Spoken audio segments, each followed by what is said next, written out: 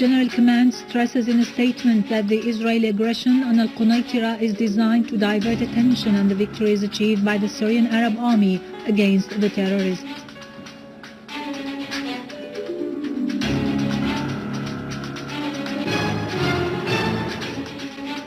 Ministry of Foreign and Expatriates Affairs, the United States has clearly violated Vienna agreements for diplomatic and consular relations.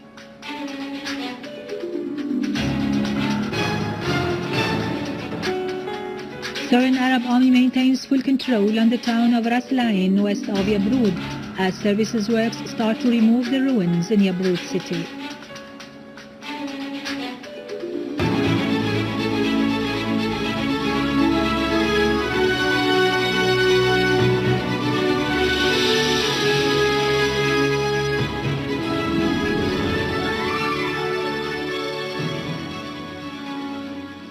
Good afternoon, ladies and gentlemen, and welcome to our news for today.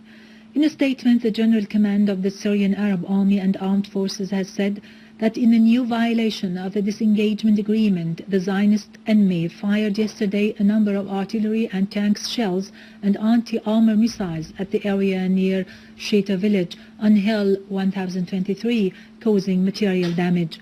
The Zionist enemy's aircraft, the statement added, also targeted this morning Qom al-Wasiya, Naba al-Fawar and Sa'sa sites in the surroundings of al-Quneitra, killing a Syrian soldier and wounding 7 others. A number of terrorists simultaneously launched an attack from the direction of Jordan at a central prison in the city of Dar'a, the command added.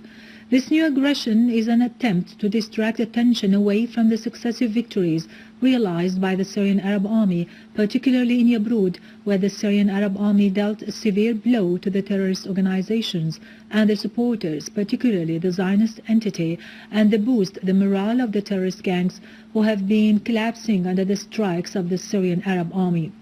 The General Command of the Syrian Arab Army and Armed Forces has asserted its determination to continue its war on the terrorist organizations and to eliminate them. The command warned that such desperate attempt to escalate tension in the current circumstances through repeating such acts of aggression would only jeopardize the region's security and stability and make it open to all possibilities.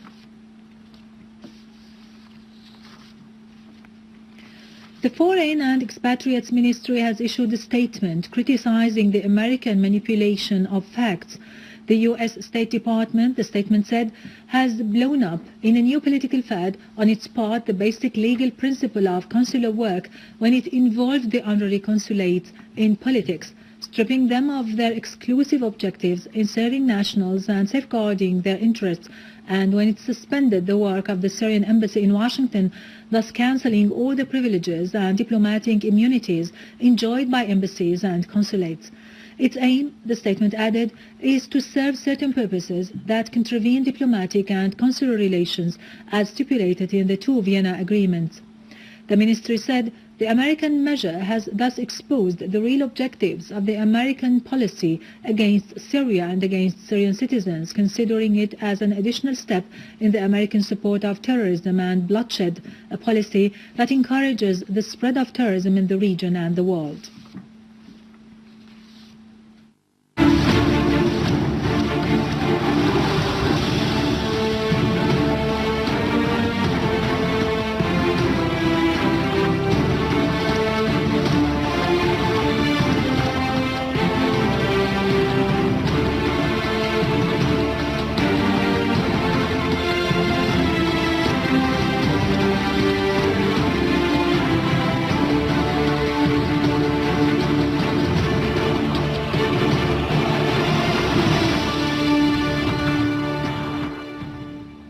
Syrian Arab Army units have maintained control on al-Ein southwest of Yabrud in Damascus Countryside, eliminating a large number of terrorists and destroying their criminal tools.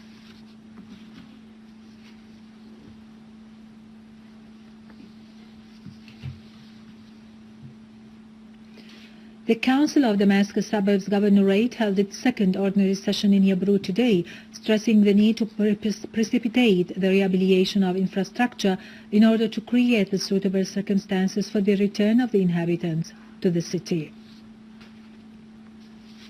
The governorate's workshops continue maintenance work, cleaning streets and removing the rubble. The governor of Damascus Countryside, Engineer Hussein Makhlouf, inspected the work of the concerned sites and the efforts exerted to restore services and provide citizens' needs. Governor Makhlouf said a sum of 600 million Syrian pounds has been spent to bring life back to normal to the city.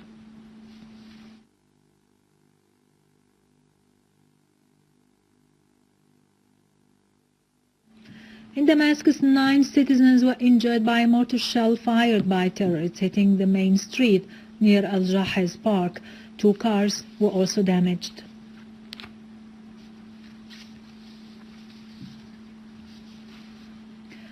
In a delicate and qualitative operation, the Syrian Arab Army destroyed a tunnel used by terrorists, which is 110 meters long, connecting Jobar with Damascus Countryside, where the armed terrorist groups are stationed. The tunnel was used to transport weapons and wounded terrorists to the main headquarters. The tunnel was completely destroyed, killing all the terrorists inside it. The Syrian Arab Army also destroyed a number of terrorist dens following the destruction of the tunnel.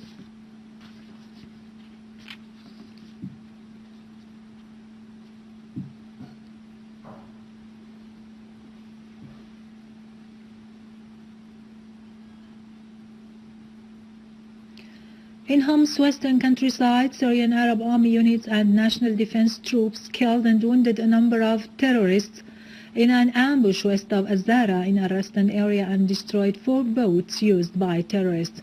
The Syrian Arab Army units also assumed full control of the farms of Bilal, overlooking Shwahid town in Al-Husn area. In support of the Syrian Arab Army in its fight against terrorism, displaced people who took shelters in Judaydat al-Fadl and Artuz took to the streets in a massive march in support of the Syrian Arab Army. Residents of Al-Qunaitira and people from the neighboring areas in Damascus Countryside also took part in the march. Participants held the national Syrian flags and carried banners glorifying the sacrifices of the Syrian Arab Army, asserting their full support for those who defend the country against the terrorists. They also emphasized their firm stance in the face of the conspiracy. Russian Foreign Ministry condemned in a statement today the crimes committed by armed terrorist groups in Syria, especially the mortars fired against the civilians and residential areas, like the car bomb exploded in Al-Zahra neighborhood on the 17th of March, killing and wounding a number of citizens. The Russian Foreign Ministry added that the Syrian Arab Army is working effectively against the terrorists and maintaining control in a number of areas like the city of Yabrud in Damascus Countryside, used as a safe haven for terrorists. The statement pointed out that the liberation of Yabrud caused the killing of a large number of terrorists affiliated to al-Nusra Front.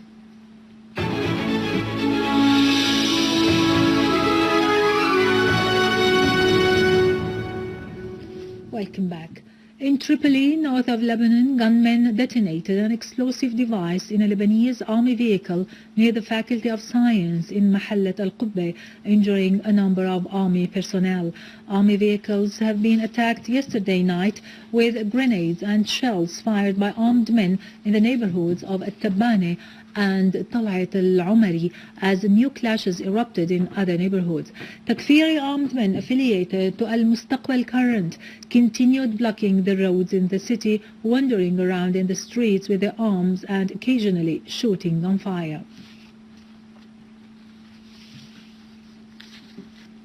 Finally, Crimea. National Defense Forces stormed the Ukrainian Navy headquarters in the Black Sea port of Sevastopol today, taking it over without resistance. Hundreds of unarmed men took down the gate and made their way into the base. They then raised the Russian flag on the square by the headquarters.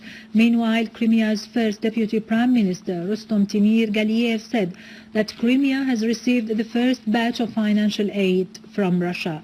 Timir-Galiev added that Crimea is also expected to get the tax revenues for the first time next May or June, and then it will not be in need of a lot of support. Timir-Galiev pointed out that dealing with the Russian ruble in Crimea is expected to start in April.